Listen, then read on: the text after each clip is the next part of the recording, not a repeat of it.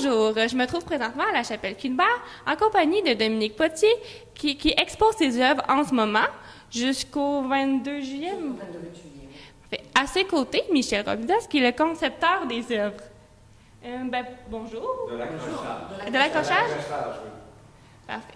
Donc, bonjour. Bonjour. Vous allez bien? Oui, très bien. Pour commencer, j'aimerais que vous me parliez de cette exposition qui s'appelle Ours, c'est bien ça? Bleu, excusez-moi. Bleu. Vos sources d'inspiration, où c'est qui vous venue une idée de telles œuvres? Alors, en premier, le titre donc, de l'exposition, c'est Bleu, Histoire, Mémoire. Ça, c'est le thème de mon travail depuis un certain nombre d'années. Et puis, il m'a paru important aujourd'hui d'avoir M. Michel Roubida, mon ami, à côté de moi, car l'exposition, il en a fait la conception de l'accrochage, de la scénographie. Et ça, c'est un élément important quand on fait une exposition, surtout dans un lieu comme ça, qui est chargé d'historique. Même s'il n'est pas grand, il me permettait un panel assez large pour accrocher les tableaux. Et l'œil extérieur de Michel et avisé, sa grande sensibilité, a permis d'avoir 39 tableaux dans un petit espace aussi petit et avec un système de circulation à l'intérieur de la chapelle. Voilà, pour tout ça pour le début de l'interview. Parfait, mais quand on regarde, vous dites que ça fait plusieurs années que vous travaillez sur ce thème-là. Ça vous vient d'où ce thème, justement? C'est long à expliquer, je peux le faire en quelques mots. D'abord, dans la famille, on a toujours parlé de l'histoire. On a toujours visité les églises du point de vue architectural. On nous apprenait l'histoire de la région, l'histoire de la France. Donc déjà, enfant, j'étais sensibilisée par rapport à l'histoire et au patrimoine. Puis, il y a 22 ans, j'ai immigré au Québec. Parallèlement, en même temps, j'ai eu beaucoup de pertes, des décès dans ma famille. Et là, il y a cette notion de racine qui est vraiment remontée dans mes préoccupations. Et à un moment donné, j'étais au puce de Saint-Eustache, j'ai acheté une vieille planche à repasser et j'ai trouvé des journaux, des vieux journaux de 1957 du Petit Journal de Montréal. C'est ceux qui sont ici. Je me suis dit, je vais les garder et à un moment donné, je vais m'en servir pour raconter une histoire. Mais je ne savais pas quoi. Donc, j'ai gardé ces travaux, je continuais à peindre, puis c'est comme ça qu'on crée. Hein. On ne pense pas. On fait, mais on ne pense pas. Et puis tout d'un coup, ça sort. Et à un moment donné, j'ai ressorti ces journaux de 1957 et j'ai eu le goût de raconter ma propre histoire, un propre souvenir de mon enfance. Dans le village d'enfance, on allait chercher l'eau à la fontaine et j'allais les chercher avec des carafes, avec des pichets. Et je me suis dit, tiens, je vais faire toute une série de carafes qui racontent mon histoire sur une histoire déjà existante, l'histoire de ce pays qui m'a accueilli. Voilà, c'est parti comme ça, un peu, ce goût du travail de l'histoire et de la mémoire. Parfait, merci. Puis, est-ce ici, on voit l'ensemble de toutes vos œuvres? Vous en avez sélectionné une quantité pour l'exposition? Oui, alors c'est là que Michel rentre en compte, parce qu'il connaissait tout mon travail, qui était dans l'atelier, et puis c'est là qu'il a dit « j'ai une histoire à te raconter », mais il va le raconter mieux que moi. Oui, parce que déjà, Dominique a une œuvre beaucoup plus importante que ce qu'on voit maintenant. Alors, ce que je voulais, c'est qu'on résume son travail avec la couleur bleue, parce que la couleur bleue, ça fait longtemps qu'elle travaille cette couleur-là, ça s'étend sur peut-être 10-15 ans, ce travail-là. Et je trouvais ça intéressant, pour une fois, de mettre tous ces tableaux-là, toutes ces œuvres-là ensemble et de voir tout à coup cette histoire-là qu'elle racontait tantôt par rapport à sa jeunesse. On voit un personnage, on voit une église, on voit tous les éléments qui ont fait partie de l'histoire, mais de les mettre tous ensemble, ça devient comme si on faisait un recueil de tous ces événements-là, de tout ce qu'elle a vécu, avec le bleu comme thème majeur pour en faire le lien avec toutes les œuvres. C'est comme si vous aviez créé un recueil de nouvelles, mais avec des peintures. Exactement, c'est exactement ça que j'ai voulu faire. Une forme de poésie. Oui. C'est vrai, parce qu'en plus, on se connaissait quand même depuis peu. Et il a de suite su, en voyant le travail en atelier, raconter lui-même sa propre histoire. Je trouve très intéressant que vous parliez de recueil de poésie, parce que c'est une lecture aussi. La 3 dimensions, l'exposition, c'est une lecture. Ça, je trouve ça vraiment intéressant. Sûr, il suffit pas de regarder, il faut savoir lire entre les lignes, si on peut dire. Je vois ici les différentes formes de carafes. Est-ce qu'ils ont des particularités ou est-ce que vous créez simplement comme ça? D'abord, simplement comme ça, on aimerait toujours peindre simplement comme ça. Ça l'est jamais. Cette série, je me suis dit, je l'ai su dès le départ, je voulais mettre des couleurs de sentiments. Alors, il y a la couleur unique avec laquelle j'ai travaillé pour me simplifier la gestuelle, mais il y a des fois, j'essayais de me rappeler le soleil. Des fois, j'essayais de me rappeler quand j'allais chercher à la fontaine, c'est tôt, quand il pleuvait. Des fois, j'étais de bonne humeur, des fois, je n'étais pas de bonne humeur. Voilà. Donc, et il y a des carafes que j'ai fait les yeux ouverts et certaines que j'ai fait les yeux fermés. Et c'est pour ça qu'il était important dans la technique de me simplifier énormément la gestuelle. Donc, une seule couleur, j'avais un récipient, j'avais préparé mon bleu. C'est un pigment, c'est-à-dire que je me fais ma propre peinture, un pigment qui est plus ou moins dilué. J'avais 2 pinceaux, plus ou moins petits, larges, que je connaissais très bien. Et ça me permettait de pouvoir travailler soit les yeux fermés, soit les yeux ouverts. Je ne me posais pas la question de regarder ou de penser à l'image, je pensais juste à mon état intérieur. D'accord, donc ces peintures sont vraiment l'expression de qu'est-ce que vous ressentiez au bout du compte. Oui. Par la suite, est-ce que la peinture est la seule forme d'art que vous pratiquez? Essentiellement, c'est la peinture, hein, mais il y a dans beaucoup de domaines. D'abord, j'ai fait les beaux-arts, ça a été mes études. Avant les études, j'ai passé un bac en économie sociale. Ça, c'est important, je le mentionne parce que tout simplement, c'était déjà une curiosité par rapport au monde. C'est important pour moi. Après les beaux-arts, j'ai commencé à travailler en théâtre, opéra et muséographie. Tout ça, c'était en France.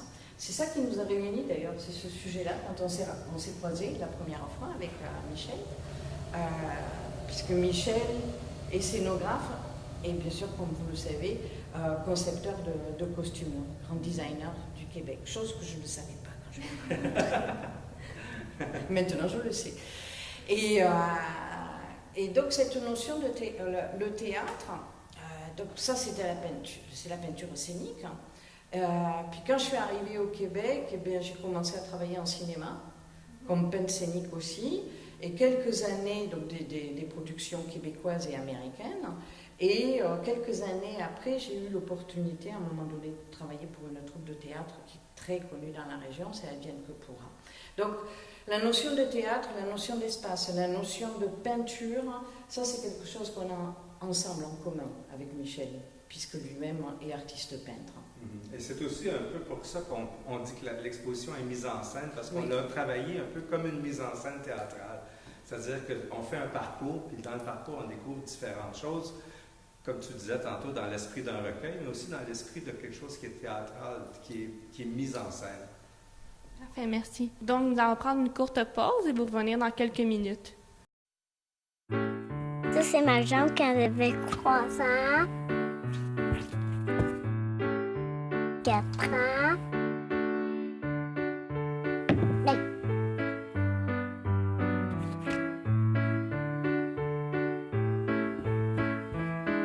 Un, 2, 3, 4, 5. J'ai 5 ans et 5 jambes. C'est ma jambe de ski. Bon retour. Nous allons continuer avec Dominique Potier ainsi que Michel Robida. Maintenant, j'aimerais vous demander, lorsque vous peignez, est-ce qu'il y a une atmosphère particulière que vous voulez recréer? Est-ce que vous écoutez de la musique? Est-ce que vous êtes seul? Est-ce que vous avez besoin d'un moment de la journée particulier? En état de création, c'est toute la journée. Alors, ça ne veut pas dire que je suis en action toute la journée, mais quand je décide de travailler, J'essaye de me vider au maximum la tête. Quand je rentre, déjà quand je pénètre dans l'atelier, j'ai déjà médité avant. Avant même de rentrer, j'ai commencé à méditer. Et puis bien souvent, je travaille avec, là depuis quelques mois, c'est avec du bac. Puis je suis seule, je suis un peu sauvage. Hein. Et je veux personne que je travaille. Donc je me mets du bac, je me mets dans ma bulle. J'essaye de me vider complètement. Et puis là, tout sort. Parfait, merci. Maintenant, la prochaine question va s'adresser à vous. Lorsque vous avez imaginé la conception de l'accrochage, vous avez tenu compte de quels détails? En fait, la première chose que j'ai voulu, c'est rassembler toutes les œuvres qui étaient bleues. Donc, le lien de toutes les œuvres qu'on voit aujourd'hui, c'est le bleu. Et ensuite, je voulais aussi qu'on ait une chronologie. Donc, une histoire qui se raconte dans le temps. Donc, certains tableaux qui sont importants sont placés de telle sorte qu'on les voit avant ou après, mais ils ont un sens aussi dans la chronologie de la visite de l'exposition. Alors, c'est les deux choses qui étaient importantes pour moi dans le fait de faire cet accrochage-là. Il y a une petite question indiscrète. Est-ce que vous avez une toile préférée de Mme Dominique? J'aime beaucoup. Oui, non, c'est indiscret, c'est une bonne question. Non, mais on s'en est jamais parlé. Non, on s'en est jamais parlé. J'ai un fait pour l'Église. J'ai un fait pour l'Église, oui, que vous avez sûrement filmé tantôt. Oui, c'est ça. Ouais, c'est une œuvre qui me touche beaucoup. Est-ce qu'il y a une raison particulière? Non, c'est une émotion. C'est une émotion un peu. Je ne sais pas si la composition, je sais pas, ça me parle beaucoup, cette œuvre-là. Est-ce que vous voulez ajouter quelque chose? Oui, je suis émue. Oui, je me suis, mais il y a un autre facteur qui est important aussi, c'est que l'accrochage a été fait par rapport à la chapelle des Cuthbert, à une architecture. Ça, c'est pas rien. Et c'est intéressant le lien que Michel a fait à mettre le tableau du clocher du presbytère de mon enfance à côté du jubé, c'est de la chaire. De la chaire, pardon. Je suis en pénitence. De la chaire, c'est quand même intéressant qu'il y ait ce parallèle-là, parce que c'est dans un si petit espace, pouvoir faire une circulation comme ça, tout en tenant compte de l'architecture, c'est pas évident. Ça demande une grande maîtrise de l'espace. L'exposition est présentement à Chapelle-Cuthbert, mais est-ce que vous aimeriez la faire ailleurs ou ça va s'en tenir à ici? Oui, effectivement. Ça, c'est Michel qui m'a fait prendre conscience. C'est que j'avais une exposition clé en main. Tous mes travaux sont en atelier. Je ne sors pas beaucoup. Sauf pour aller travailler en cinéma, gagner ma vie. Puis après, je reviens, je m'isole. Et c'est vrai que ce travail de sortir, de présenter et d'apprécier de faire ce travail, ça, c'est Michel qui est en train de me mettre au monde par rapport à ça. C'est vrai. Hein? Et donc, oui, j'aimerais présenter ça dans des centres culturels. Pourquoi pas, il y en a un peu partout au Québec. Donc, à moi de monter des dossiers, mais avec la maturité et le dossier photo que je peux avoir aujourd'hui ici, ça va être beaucoup plus facile. Donc, on vous souhaite bonne chance. Cool, en tout cas, en fait, non, la chance, vous n'en avez pas besoin. Je suis sûre que juste avoir vos peintures, c'est la possibilité. Cool, merci. Ensuite, j'aimerais parler de technique côté de la peinture. Là, on a abordé tantôt que vous faisiez un peu les yeux fermés, les yeux ouverts avec 2 pinceaux, mais si on va outre ces toiles-là, est-ce que vous avez une technique de peinture préférée? Le pigment. Quand vous me posez cette question, de suite, moi, c'est le pigment.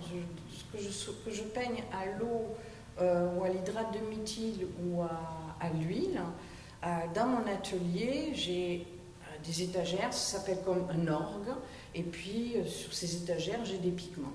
Donc je vais au magasin de peinture, je m'achète mes pigments, et puis je vais utiliser le médium qui m'intéresse. Et ça fait des années que je le garde, hein, que je garde cette technique-là.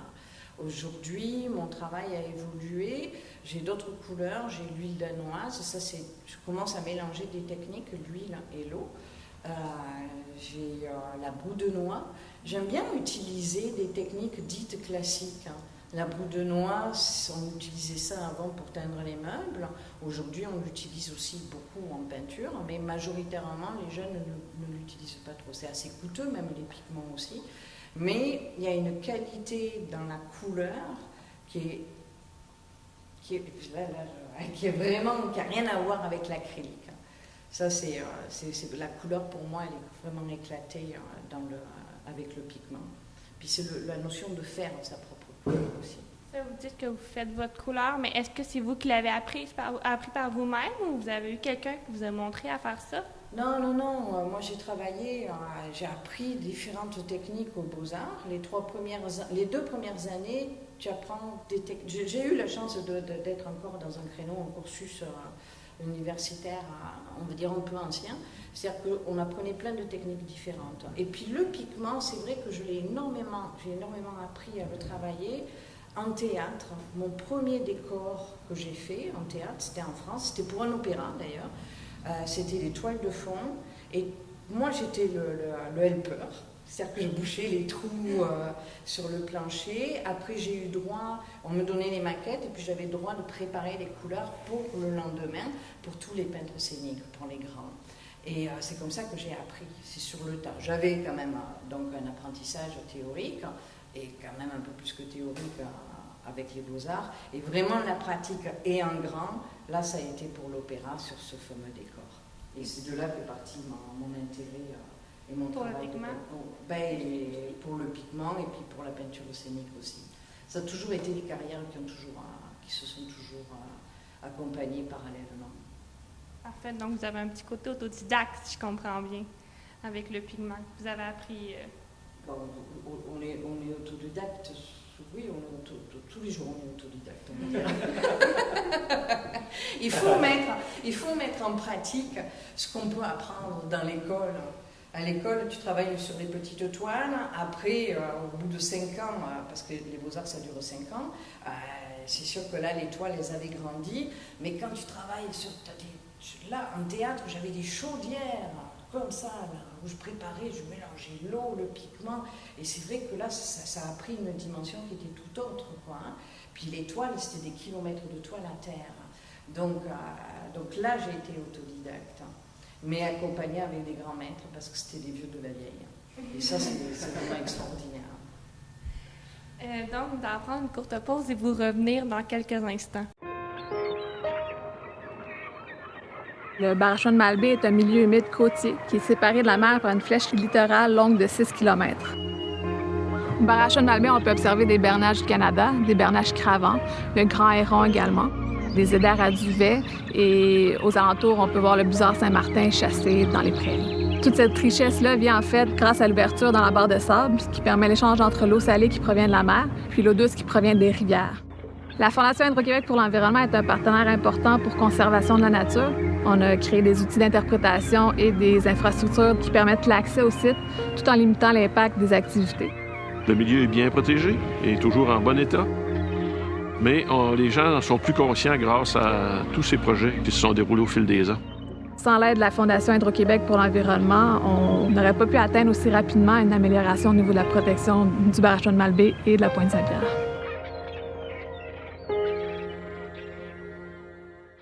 Je suis de retour avec Dominique Potier. Maintenant, on a un peu parlé, en fait, glissé en 2 phrases, votre participation. En fait, vous avez fait les décors pour une pièce de théâtre qui avait été présentée, Le Tour du monde en 80 jours. C'est avec la roulotte Paul Bussonneau. C'était avant, en fait, Anne la maison au pignon vert. J'aimerais... La première année? Oui. J'aimerais que vous me parliez de votre expérience. Mais ça a été une très très riche expérience. Ça a été le théâtre Advienne que pourra, donc qui a créé la tournée, la pièce 80, Le Tour du monde en 80 jours. Donc on m'a appelé, Frédéric Bélanger m'a appelé pour faire la scénographie. Il cherchait des artistes dans la région parce que le financement était de la région, du moins une grande partie. Et avec ma petite expérience, non pas de scénographe, mais de peintre scénique, mon expérience de théâtre aussi en France, et mon expérience d'artiste, ils ont eu l'amabilité et puis la bonne idée aussi de me faire confiance pour ce décor qui ouvrait la première année et la première expérience de la réhabilitation de la roulotte de Paul Bissonnot. Et ça a été génial comme expérience. On a fait participer même quelques enfants au niveau de la peinture juste. Mais le travail de conception, pour moi c'était important aussi parce que ça faisait revivre un élément du passé. La roulotte de Paul Bissonnot était toujours vivant. Ça faisait revivre une page d'histoire qui était partie, puis là elle était remise au bout du jour, ou en tout cas elle se remettait à vivre. Ça, je trouvais ça fort intéressant. De partir d'un élément historique. C'était pas évident parce que la demande, il fallait que ce soit un décor adaptable pour la roulotte, en extérieur, monté, démonté. Il fallait que la prévoir pour le théâtre aussi. Donc c'était vraiment des gros challenges. Parce que les cachets, dans ces cas-là, pour la technique, c'était déjà très bien. Mais c'est quand même des casse-têtes techniques quand tu veux faire ça à prix abordable. Un tel projet, ça vous a pris combien de temps? Oh my God, je ne sais pas. Déjà, il y a eu la conception avec les réunions, avec Fred, parce que Fred avait quand même des idées bien précises. Moi, j'avais envie d'arriver avec un élément classique du théâtre, c'est-à-dire une toile qui puisse tourner avec un élément de manivelle. Et ça plaisait beaucoup à Fred, parce que Fred, dans ses conceptions de scénographie, il fait beaucoup intervenir les acteurs dans le décor. Et presque le décor devient un acteur. Et ça, c'est intéressant, je trouve. Et c'est là que j'ai pensé à l'idée du Big Band, de prendre l'église, l'horloge du Big Band, qui ressemble un peu au clocher, justement, on en revient, et de faire défiler sur toile des paysages que j'ai peints sur une toile. Et ça, c'était défilé, ça tournait grâce à une manivelle, un mécanisme à l'intérieur. Donc le travail de conception, je ne sais pas, on va dire un mois et demi. Après ça, il y a la réalisation. On avait trouvé un menuisier qui était du côté de Redon. Je m'excuse, je ne me rappelle pas le nom. Et là, il va falloir couper ça. Et puis, donc après, les essais techniques, les essais au niveau de la roulotte. On a été très chanceux parce que le montage et le démontage, on a pu le simplifier et diviser Big Band. C'était gros, hein. C'était une aventure qui était grosse. Moi, je me rappelle des acteurs, ils avaient vraiment une foi dans leur métier, dans la pièce incroyable parce que le décor était lourd. Et puis, chaque fois, il fallait qu'ils fassent le montage, se changer, se préparer pour la pièce, démonter. C'était comme à l'époque, comme ça se passait avec Paul Bissonnot à l'époque. Donc ils n'étaient vraiment pas aidés. Et puis ça a eu un succès complètement fou.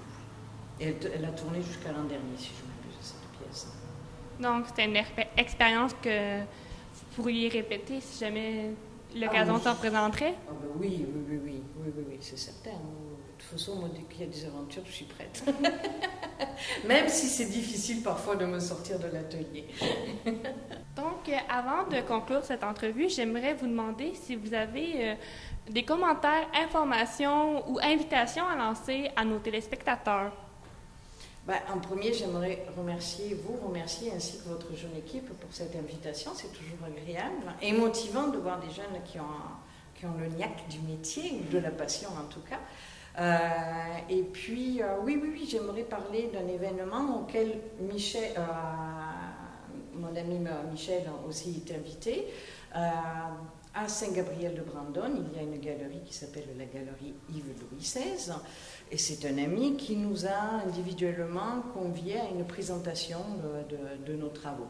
Donc, à l'intérieur de sa galerie, il y a les travaux d'Yves et il nous prête deux pans de mur, un espace, le temps d'un week-end, afin de présenter, non seulement d'accrocher les travaux, mais de pouvoir faire une présentation de la démarche artistique qui nous porte afin de créer. Alors Michel est invité le 31 juillet et toi tu es invité le 21 août. Voilà, et c'est à Saint-Gabriel. Alors ça commence à 13h, la présentation se fait vers les 15h. Oui, c'est vers 15h le samedi. Je ne sais pas combien de temps tu as prévu de parler. Au moins 2-3 ans. 3 heures. Et c'est sur la rue Beau-Soleil, à Saint-Gabriel-de-Brandon, qui est une rue parallèle à la rue principale. Donc, pour les gens qui connaissent moins Saint-Gabriel, c'est important. Mais profitez de cette occasion-là parce que c'est intéressant. C'est pas seulement juste des petites explications sur une œuvre d'art.